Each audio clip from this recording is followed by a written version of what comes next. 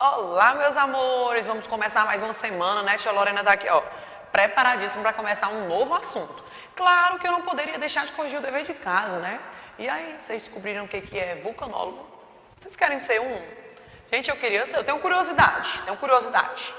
Nós vamos corrigir nossa atividade de casa. Logo após, vamos falar sobre hipertexto. Você já sabe construir? Você já viu? Não sei, nós vamos saber agora. Vamos lá? Página 22 foi do dever de casa, não é isso? Leia as respostas dos entrevistados e depois assinale as perguntas que podem ser sido feitas a ele. Vamos lá para o Éder, né? Vamos ver o que foi que o Éder respondeu. A principal área da vulcanologia estuda a característica dos vulcões, como o tipo e a quantidade do material expelido, a frequência das erupções, a duração dos ciclos de atividade e os fatores que influenciam em tudo isso.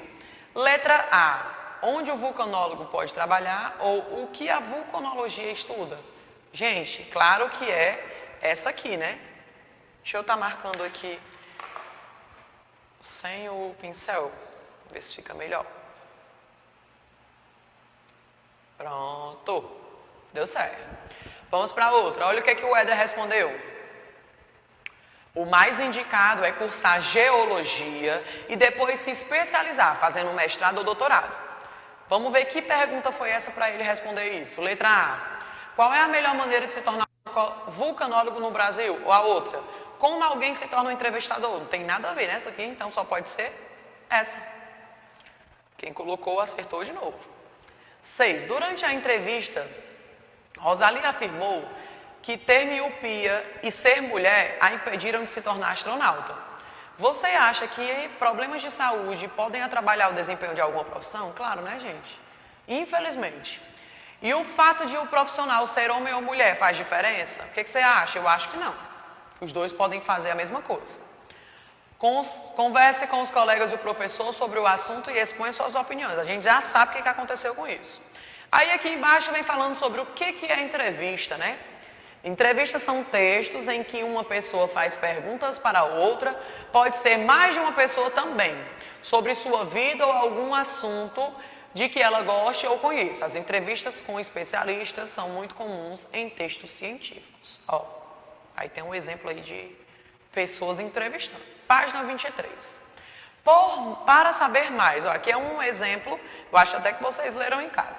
Quando alguém termina a faculdade, o curso de graduação no ensino superior, pode continuar seus estudos acadêmicos fazendo uma especialização, popularmente chamada de pós, ou um mestrado. Após o mestrado, é possível fazer um doutorado. Embora seja raro, alguns estudantes pulam o mestrado e vão da graduação diretamente para o doutorado. Olha aí, gente, que interessante. É interessante vocês fazerem isso, tá? Vamos produzir, isso aí foi de casa. Vamos descobrir mais sobre algum assunto entrevistando um especialista. Siga as orientações do professor e utilize o espaço abaixo para planejar o que você perguntará ao especialista. Durante a entrevista, registre em seu caderno as respostas que obtiver em seguida, prepare um texto apresentando o assunto da entrevista e os comentários do especialista que você entrevistou. Então, aqui nesse espaço, você ia fazer um pequeno texto explicando quem você entrevistou e qual a importância de ter entrevistado essa pessoa. Especialista que eu falo daquela determinada área, tá bom? Página 24 é o nosso assunto de hoje. Hipertexto. O que você acha que é um hipertexto? É um texto com significado? O que vocês acham?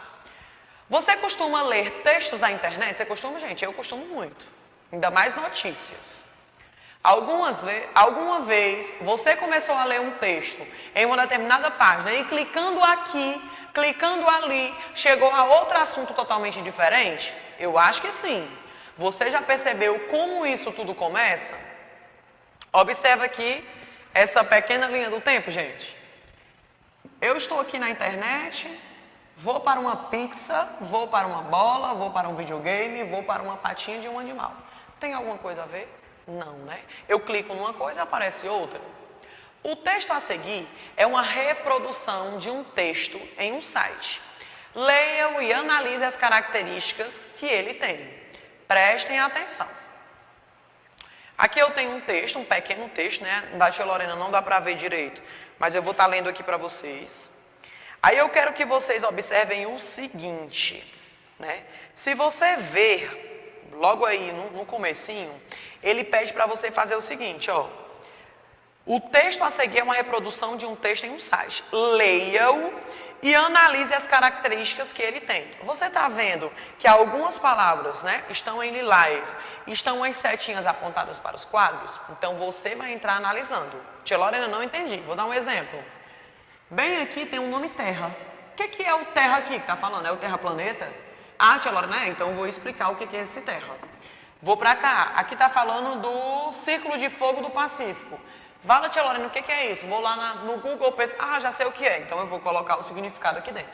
Então como é que você vai analisar? Você vai analisar colocando o significado dessas palavras dentro aqui desses quadros. Ok? Acho que vocês entenderam essa primeira parte. Fazendo isso aqui, né, que é essa primeira parte de como fazer um hipertexto, você vai passar para a página 25. O que diz a página 25? Ela fala assim, ó, para entender o texto. O texto representa, esse texto lá, gente, representa o quê? Você vai estar marcando aqui a opção correta. A número 2, os trechos destacados no texto possivelmente levam a quê? Também só tem uma resposta correta. Número 3, recorte da página 5 do material de apoio, os textos complementares. Prestem atenção, tá, gente? Aí agora nós vamos para onde eu disse. Que completam os espaços em destaque ao lado do texto lido dos vulcões. Releia todo o texto, principalmente para identificar como eles estão relacionados. Depois, acesse o QR Code, está aqui outro QR Code, e verifique como como esse hipertexto foi publicado na internet. Quando você clicar aqui, já vai aparecer lá na internet. Tia Lorena, o que é que eu vou fazer com essa página 5? Aí você vai voltar para onde eu falei, está aqui, né? Na página 5, meus amores, tem o seguinte. Se você observar, eu tenho 1, 2, 3, 4, 5 espaços. Na página 5, eu também tenho 5 espacinhos. Então, eu vou estar cortando. Cortei. Eu vou colocar exatamente o que significa. Lembra que no comecinho que eu falei do texto, eu disse o quê? A Terra está falando do planeta. Então, eu vou identificar onde é que está falando aqui da Terra, vou cortar e colar. Entenderam? São 5 quadrados, você vai fazer a mesma coisa, cortar e colar. Até aqui tudo bem? Continuando para a página 26. Na página 26, né, no comecinho, tá falando, antes de terminar tem o seguinte, gente, todo o texto publicado em meio digital que ofereça possibilidade de conexão direta com outros textos é chamado hipertexto. Ou seja, imagine que aqui é um texto falando sobre comida. Aí tem assim, clique aqui, quando eu clico aparece uma outra reportagem, né? Então é o que? Um hipertexto, é um texto que abre outros. Os pontos de acesso a essas conexões são chamados hiperlinks, ou simplesmente links. Eu vou dar um exemplo, eu passo para vocês o Google Form e eu lanço um link lá. O que é que vocês fazem? Vocês clicam para poder ir para a atividade. Então é mais ou menos assim, tá certo?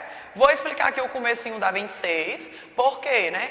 Porque está falando de homonimia, mas a tia Lorena não vai falar disso agora. Por quê, tia Lorena? Porque isso aqui é para a próxima aula, certo? Então, a nossa página 26, ela vai exatamente até o hipertexto.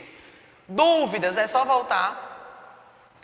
Só voltar, né? Ó, vai estar falando aqui, vai estar explicando. Tem alguns destaques que você vai responder através do RA, que é super fácil também, mas eu conto com vocês que a atividade vai sair perfeita, até porque português é maravilhoso, ainda mais ler, né, gente? Meus amores, essa foi nossa aula de português, eu espero que você tenha gostado, a gente se encontra na próxima aula.